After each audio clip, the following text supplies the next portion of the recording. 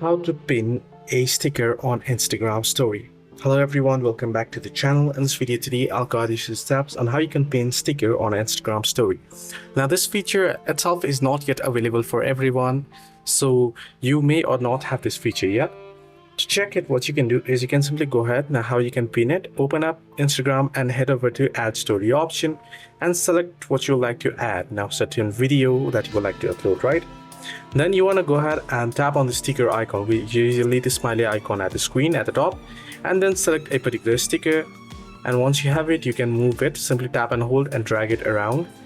Now all you gotta do is to pin it or to save it or to lock it. Tap and hold on it, and then you can see, swipe your fingers towards the right at the lock, and now it is locked.